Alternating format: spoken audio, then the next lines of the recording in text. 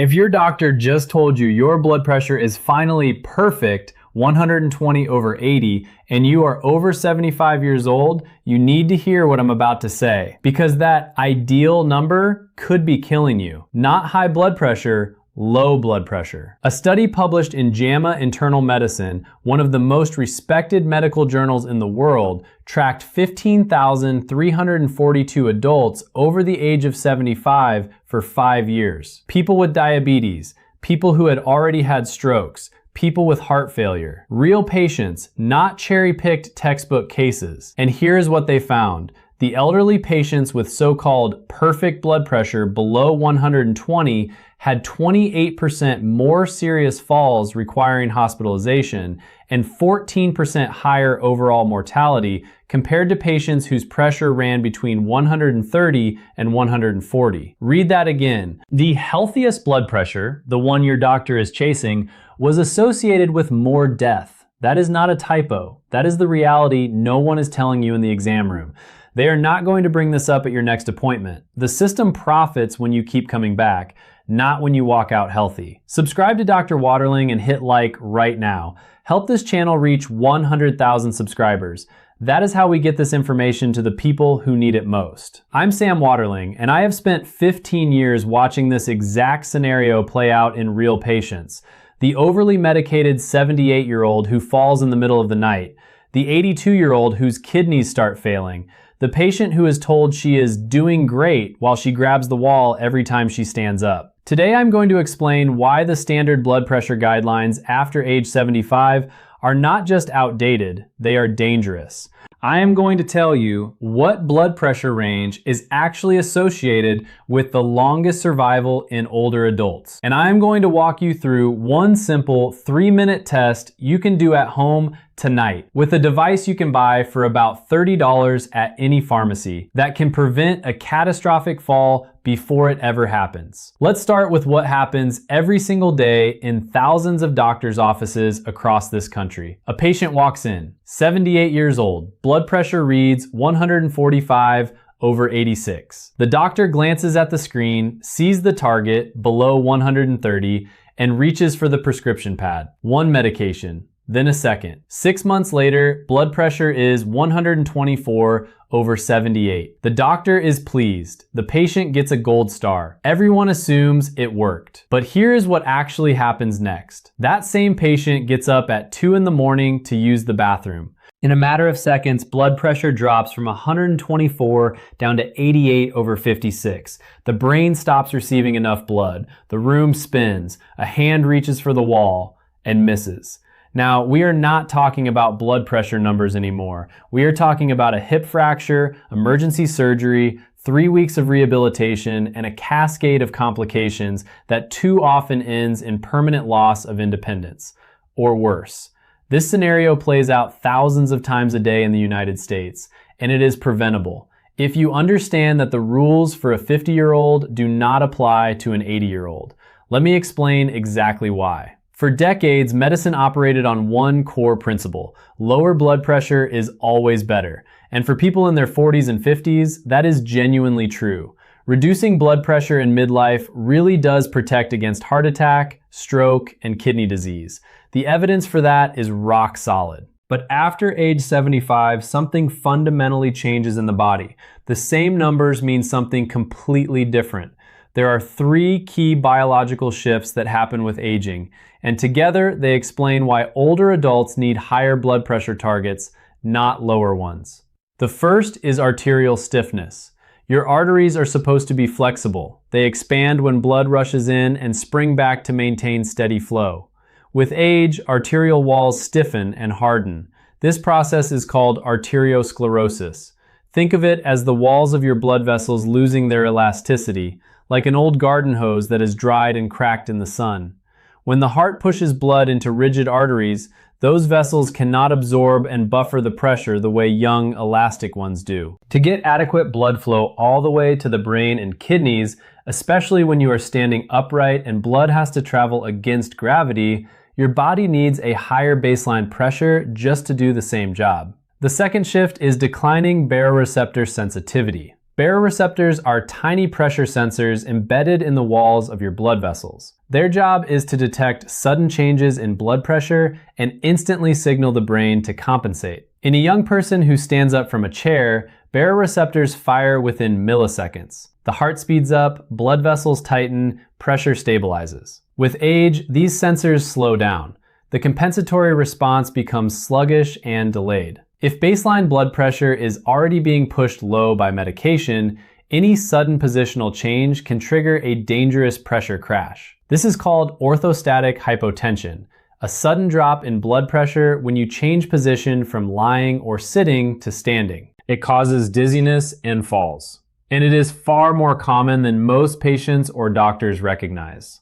The third shift is changes in drug metabolism. Your kidneys and liver at age 75 do not process medications the same way they did at 45. They clear drugs from the body more slowly. The same dose that worked perfectly in a middle-aged patient lingers longer in an older body, acts more powerfully than intended, and can drive blood pressure dangerously low, even if the number on the cuff still looks fine when you are sitting still. Now back to that study. 15,342 people over age 75. A real-world population with all the messiness that comes with aging. Researchers divided them into groups based on systolic blood pressure. That is the top number, the first figure you see when you take a reading. The groups were below 120, 120 to 130, 130 to 140, 140 to 150, and above 150. The results were striking.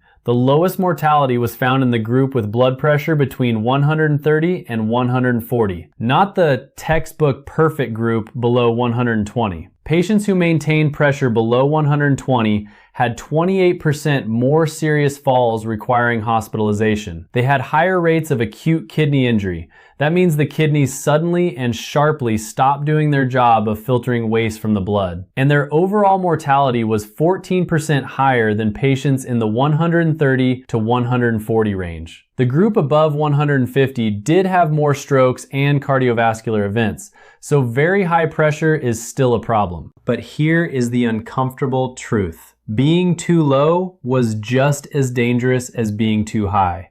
The optimal zone sits higher than current standard guidelines recommend. Let me make this concrete with a real clinical scenario. You are 76 years old. You come in for a routine checkup. Blood pressure is 142 over 84. Your doctor prescribes one medication, then adds a second 4 months later. At your next visit, blood pressure is 122 over 76. Your doctor says, "Excellent." But you start noticing something. When you stand up to answer the phone, there is a moment where your vision dims. When you push back from the dinner table, the room tilts slightly. You mention it to your doctor. The response? That's normal with age, just get up more slowly. But what is actually happening is this. Your blood pressure, which looks beautiful on a sitting measurement, drops from 122 down to 95 the moment you stand. Your brain is being starved of blood repeatedly every time you change position. You are in a high-risk category for a life-altering fall, and nobody is checking for it because the sitting number looks like it came out of a textbook. Here is how you catch this problem yourself. Tonight, before you go to bed, the test is called orthostatic blood pressure measurement. Most doctors do not do it routinely, but you can do it at home with a standard blood pressure cuff, the kind available at any pharmacy for around $30. The protocol is simple. Lie down on your bed or couch and rest quietly for 5 full minutes. While still lying flat, take your blood pressure and write down both numbers. Then stand up immediately, do not wait, and take a second reading right away while standing. Write those down too. Now compare. If the top number, the systolic, drops by more than 20 points, or the bottom number, the diastolic, drops by more than 10 points, that is orthostatic hypotension. That is a red flag. It means your medications may be too strong or your blood pressure target is set too low for your individual physiology. Here is a concrete example of what a dangerous result looks like. Lying down, 125 over 78. Looks completely normal. Standing, 98 over 64. That is a 27-point drop in systolic pressure. That is dangerous. Your brain is receiving insufficient blood flow for the entire duration that you are on your feet, which is most of your waking hours. If you are over 70 and taking blood pressure medication, this test belongs in every doctor's visit. If your doctor is not doing it, do it yourself and bring the written results to your next appointment. Now let's talk about the actual numbers. What blood pressure is genuinely optimal at different ages based on current evidence? For adults between 65 and 74 who are reasonably healthy and physically active, the optimal systolic target is 130 to 140. This provides cardiovascular protection without creating a risk of hypoperfusion, meaning the organs do not get enough blood flow. For adults between 75 and 84 who are in relatively good health, the optimal range shifts upward to 135 to 145, higher than the younger group. This accounts for increased arterial stiffness and the slower baroreceptor response I described earlier. For adults over 85 and for anyone who is physically frail regardless of age, a systolic blood pressure of 140 to 150 may be the most appropriate target. At this stage of life, preventing falls and preserving quality of life frequently matters more than driving numbers down aggressively. As for diastolic pressure, the bottom number, in older adults it should not fall below 65. The optimal range is 70 to 85. Very low diastolic pressure reduces blood flow to the heart muscle itself during the relaxation phase, the moment when the heart refills its own blood supply. If your diastolic is consistently sitting below 65, bring that up with your doctor, even if the top number looks fine. Let me show you why this requires individualized thinking, not a one-size-fits-all number. Take two patients, both 81 years old, both walking in with a reading of 158 over 88.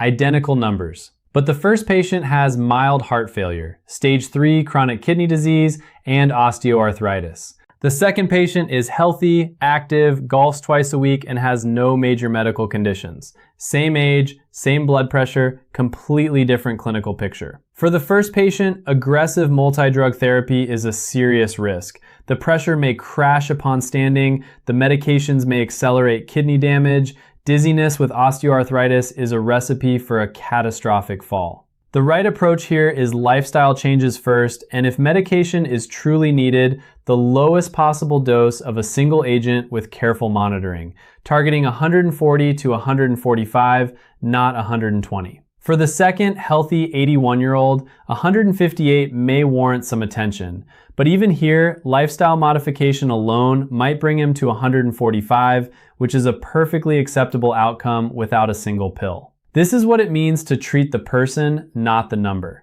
So why are doctors still following outdated guidelines? Because medicine moves slowly. The large landmark trials that established the 120 over 80 target enrolled predominantly middle-aged patients. When those results came out, the recommendations were applied universally to everyone, regardless of age. The assumption was that what works for a 50-year-old must work for an 80-year-old. Over the past decade, researchers began studying specifically older patient populations, and what they found is that one size absolutely does not fit all. But new evidence takes years to reach clinical guidelines, and from guideline publication to actual change in day-to-day practice takes years more. Many physicians today are still operating from protocols that are 5 to 10 years old. Add 15-minute appointment slots that leave no room for individualized nuance, and you have a system that treats numbers, not human beings. There is also a powerful psychological factor at work.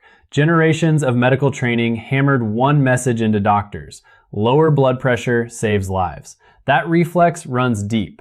Shifting from lower is always better to moderately elevated pressure can be appropriate, even protective in certain older patients, requires critical thinking about each individual case. In today's medical system, that kind of individualized thinking is extraordinarily hard to apply consistently. Here is a clinical fact worth sitting with.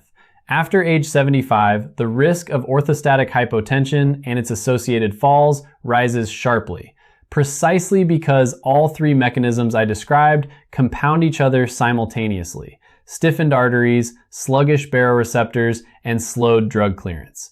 After 75, a single fall can change everything: your mobility, your independence, your entire trajectory. This is the age where blood pressure management stops being an abstract number game and becomes a direct quality of life issue. People over 75 respond to blood pressure medications very differently than younger adults, and the risk-benefit calculation shifts in ways that most standard checklists do not capture. How old are you? Write your age in the comments below. I want to see the age distribution of this audience because the risk factors, the target ranges, and the practical advice I give you depend heavily on where you actually are in that picture. Here is exactly what you should do after watching this. Step 1. If you are over 70 and taking blood pressure medication, get a home blood pressure monitor if you do not already have one. Measure your pressure every morning and every evening at the same time each day for 2 weeks straight. Keep a written log. This gives you an accurate picture of your true average blood pressure, not one random clinic reading. Step 2. Do the orthostatic test I described. Lie flat for 5 minutes, measure, stand up, measure immediately again. If systolic drops more than 20 points or diastolic drops more than 10, write it down and bring it to your doctor. Step 3. Honestly evaluate your symptoms. Do you feel dizzy or lightheaded when you stand, unexplained fatigue, brain fog, or difficulty concentrating? These can all be signs that your blood pressure is running too low, even when the cuff reading looks normal. Step 4. Make a specific appointment to discuss your blood pressure targets, not just your readings. Do not automatically accept the formula of 120/80 as your goal. Ask your doctor directly, given my age, my specific health conditions, and my physical status, what is the right target range for me as an individual? Bring your 2-week log. Bring your orthostatic test result. Show up as an informed participant in your own care, not a passive recipient of a prescription. Step 5. If you are experiencing side effects from blood pressure medications, dizziness, weakness, mental fog, say so explicitly. Do not dismiss these as just getting old. Doses can be adjusted, medications can be changed, and treatment targets can be revised in a way that still protects your heart and vessels but eliminates the dangerous side effects. You do not have to choose between your blood pressure numbers and your ability to stand up safely. The evidence is clear and the data is real. Standard blood pressure targets of 120/80 are not appropriate for adults over 75. A large, rigorous study involving 15,342 real-world patients demonstrates that pressure below 120 in this age group increases the risk of serious falls, acute kidney injury, orthostatic hypotension, and death. The optimal systolic range for most people over 75 is 130 to 145. The older and more physically vulnerable the patient, the higher the acceptable upper boundary. Diastolic pressure should not fall below 65. Do the orthostatic test tonight. Start your measurement log. Have a direct, specific conversation with your doctor about your individual target, not a population average. Your blood pressure, your age, and your medical history are yours. They require a response tailored to you. Nobody in a white coat at a clinic appointment is going to walk you through what you just learned. There is no billing code for spending 20 minutes explaining individualized blood pressure targets to an elderly patient. The system is not built to keep you informed. It is built to keep you returning. Subscribe to Dr. Waterling and leave a like. We are building something different here, one honest conversation at a time. Help this channel reach 100,000 subscribers. That is how this information reaches the people who need it.